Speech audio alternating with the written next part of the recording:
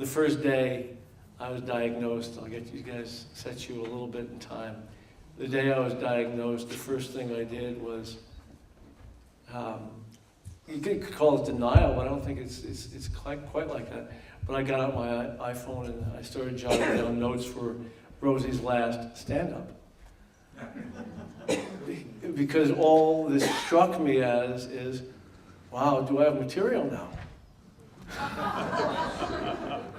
I may never have better material, nor may I will have an audience who's likely not to turn their backs or walk out. So there's not much of a chance of dying in front of my audience. One of my favorite things is going to Costco and buying things in bulk. And I realized that from now on, if I wanted to insist on doing that, I would basically have to bring two lists, my shopping list and my will.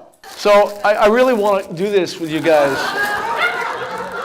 There's absolutely no way. There's no way that I can go through all these Scotch-Brites. So I didn't put you in my will, but take that. Here, Peter. Sue. Anybody else want or doesn't have? Okay. Rabbi Joshua. Where was Rabbi Joshua? Okay. Clean up your act is what they're trying to say, Reb. I couldn't justify it anymore, so I started shopping at Bi-Mart's, travel size section. Black humor is where I'm at. Okay? It's real, it's honest, it's true. It might drive you crazy, it might make you uncomfortable. I have my anti-nausea drugs in the car I can run and get if you're more comfortable. She walks in and she has this whole material ready to, hang from the rods I'd put up, and she says, "Alan, it's curtains for you." And I always said to myself, boy, when I know I'm dying, I'm not flossing. So I held out till about 3 days ago. I finally said, fuck this. Then I remember going to some store and the guy telling me, probably Radio Shack, saying, hey, you get a lifetime warranty for just $295. And I said to them, for me lasting a lifetime, you could be selling me a chiclet. I've always seen humor and seen something in everything, so much so that a probably psychotic girlfriend of mine, Alicia, in college, once said to me derisively, when I got excited about something new, "You can even get into a piece of shit." I said, I call it scat. I realized I could play the cancer card.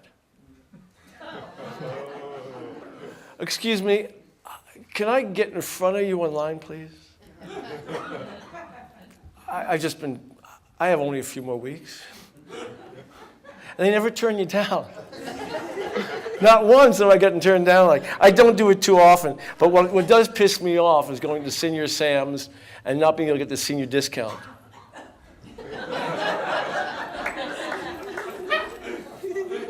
I honestly think if there's a political movement I'm going to lead is to get it changed so it isn't 65, it's whatever years you are, terminal 265. Thank you. You get credit for that. There's some things I'm happy I won't see. Windows 12.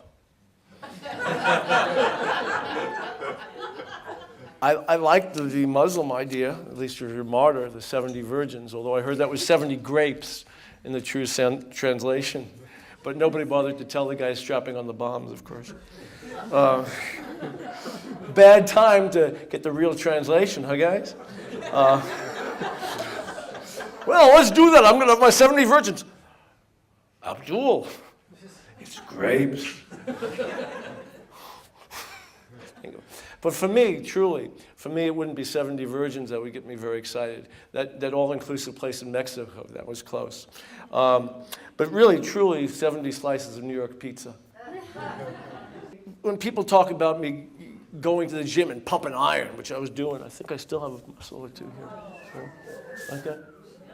Yeah, you think death is funny? Relationships. That's funny. Probably the most unexpected thing to happen is that I had a relationship, I had a sexual relationship after diagnosis of terminal cancer. I had a woman who said she was going to go all the way with me. Oh, I thought she was going to all the way to my death with me. I guess I misread that. Never mind, but it really cheered me up at the time. But that was a miracle too, that I had in the middle of this, in the middle of all this, I had a romance. I said to her, I looked her deep in her brown eyes, and I said, you know, I want to grow old with you. Then she looked at me and nodded, and I said, oh, yeah, right. I just want to grow old with anybody.